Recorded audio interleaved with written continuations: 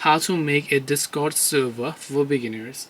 Hey everyone, welcome back to our channel. In today's video I will guide you on how you can make a Discord server for beginners, so make sure to watch the video till the very end. So if you want to make a Discord server for beginners, it's actually quite very simple to do so.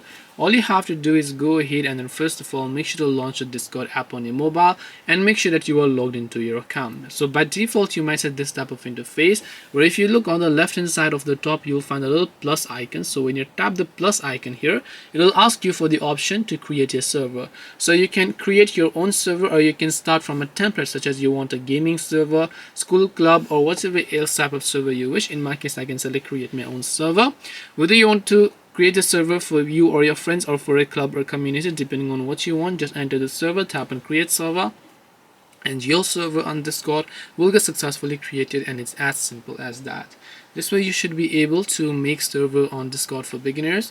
Hope this video is very helpful. If you have got any questions, feel free to leave them down below. Thank you for watching till the end, and see you soon in the next video.